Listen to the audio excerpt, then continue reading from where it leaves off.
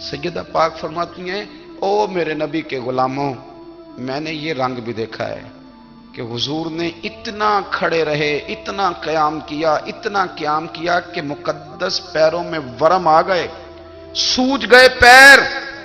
ہم سیر کرنے گئے تو تھک گئے، بات الگ ہے، لیکن عبادت میں یہ بھی تو مسلم شریف ہے نا، یہ بھی تو دین ہے نا، یہ بھی تو حضور کی سنت ہے، یہ بھی تو وہ چیز ہے جو کریم کی آنکھوں کی ٹھنڈک ہے۔ سیدہ فرماتی ہیں پیروں میں ورم آ گئے، اور ساری رات ہی حضور نے نماز پڑھی اور ایک ہی آیت بار بار دہرائی۔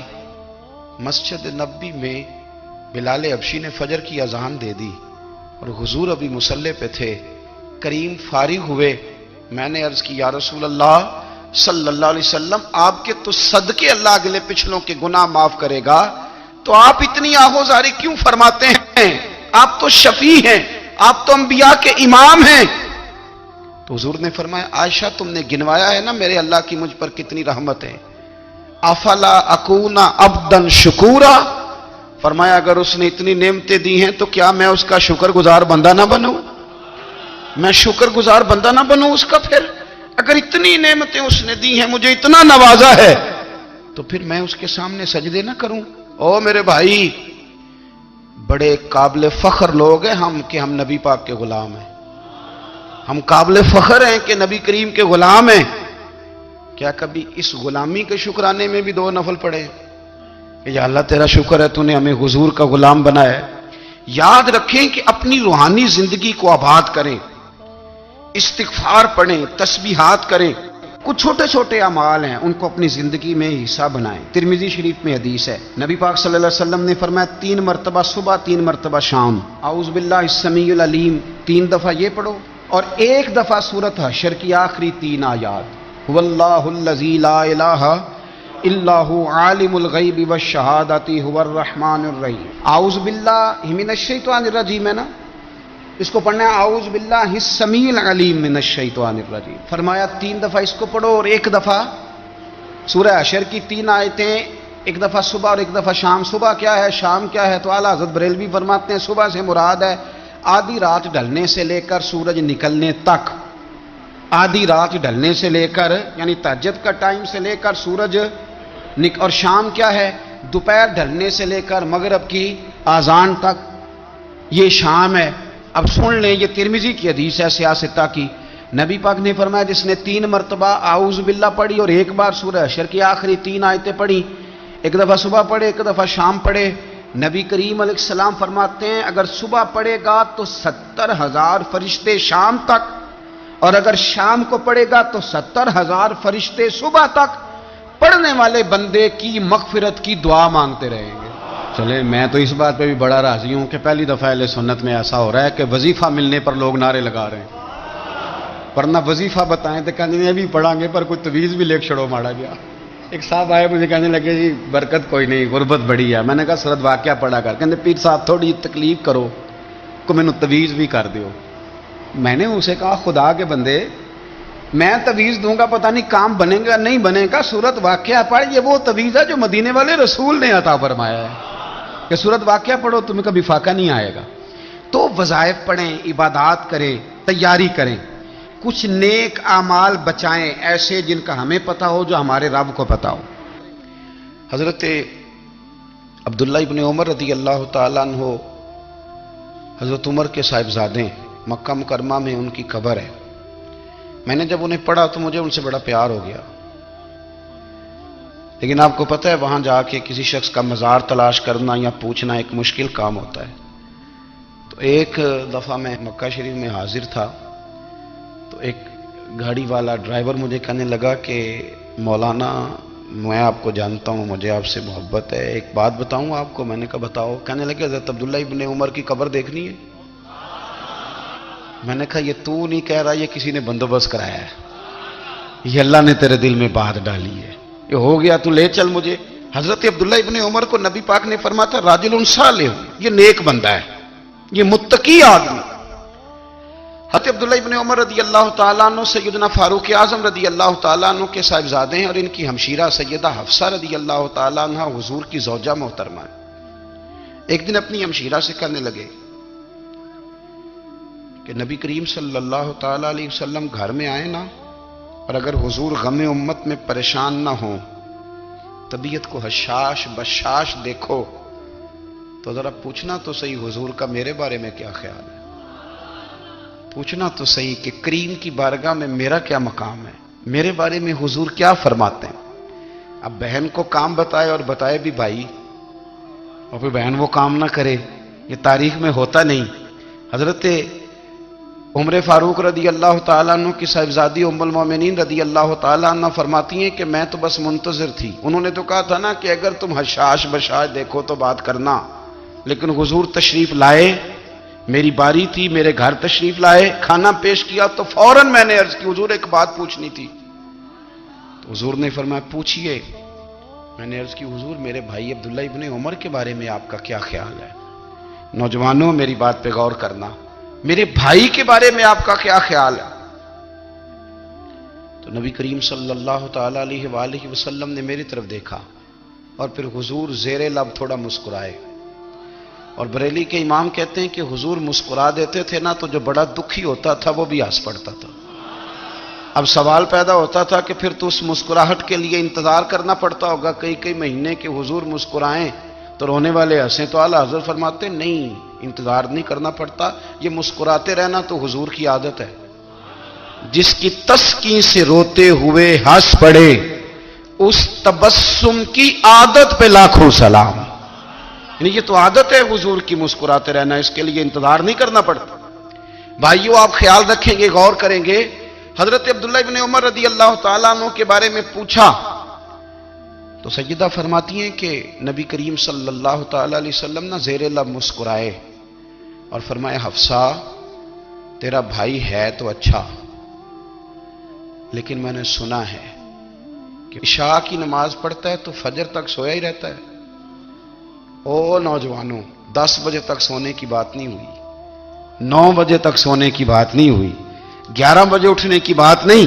حضور فرمانے لگے میں نے سنا ہے کہ عشاء کی نماز پڑھ کے سو جاتا ہے اور فجر تک سویا ہی رہتا ہے، اسے چاہیے کہ تہجد کے وقت اٹھا کرے، اللہ کی بارگاہ میں حاضر ہوا کرے، آہوزاری کرے، سجدے کرے، عبادت کرے، اٹھتا ہے اور فجر میں جا کے اٹھتا ہے۔ حضرت جناب حفصہ رضی اللہ تعالیٰ عنہ کہتی ہے میں نے جناب عبداللہ ابن عمر کو پیغام دیا اور میں نے کہا میرے جوان بھائی سن، نبی پاک نے فرمایا ہے تو اچھا پر تہجد میں نہیں اٹھتا، نفل نہیں پڑھتا۔ او میری ملت کے جوانوں، مزہ نہیں آ جاتا جب ساری دنیا سوئی ہو، ساری دنیا، اور بستر بھی گرم ہو اور نیند بھی پورا غلبہ کر رہی ہو، اور اچانک گھنٹی بجے دماغ میں، آنکھ کھلے، گھڑی پہ نظر پڑے، 3:30 4 بجے کا پیغام گھڑی بتائے، اور کوئی چڑھتی جوانی والا اٹھ کے وضو کرے، اور جب وہ مصلی کھول کے بچھائے تو مدینے والے محبوب کہتے ہیں کہ ہر نماز پہ رب ثواب دیتا ہے، اور جو اٹھ کے تہجد کی نماز پڑھے اسے دیکھ کے تو رب مسکراتا ہے، جو اس کی شان کے لائق ہے، جو اس کی شان کے لائق، وہ مسکراتا ہے، خوش ہوتا ہے کہ میرا بندہ تہجد میں اٹھ گیا، وہ مسکراتا ہے۔ کاش ہماری صبحیں کبھی اپنے مالک کے نام ہو جائیں، کاش کے صبحیں۔ حضرت ابو الحسن رحمت اللہ تعالی علیہ حضرت معاذ ابن جبل رضی اللہ تعالیٰ عنہ کے پاس بیٹھا کرتے تھے، فرماتے ہیں ان سے جو پیار بڑھا تو پھر میرا مصلی سے بھی بڑھ گیا۔ تابعی ہیں، فرماتے ہیں صحابی رسول سے محبت ہوئی تو ذکر سے بھی ہو گئی، پھر درود شریف سے بھی ہو گئی، محبت ان سے بڑھی تو پھر اللہ نے مسجد کا پیار بھی بڑھا دیا۔ آپ فرماتے ہیں کہ میری ہر وقت طبیعت چاہتی تھی کہ بس اللہ اللہ کروں، بس اللہ اللہ کروں، بس نہ میں ذرا تھوڑی جان چھڑاؤں لوگوں سے، کوئی 10 منٹ ملے تو میں کچھ 4 نفل پڑھ لوں، میں تھوڑا سا نہ بچوں لوگوں سے، اور مجھے تسبیح ملے تو میں نہ کچھ 400-500 دفعہ استغفار پڑھوں، سبحان اللہ، الحمدللہ، اللہ اکبر، لا حول ولا قوت الا باللہ، میں نہ تسبیحات پڑھوں۔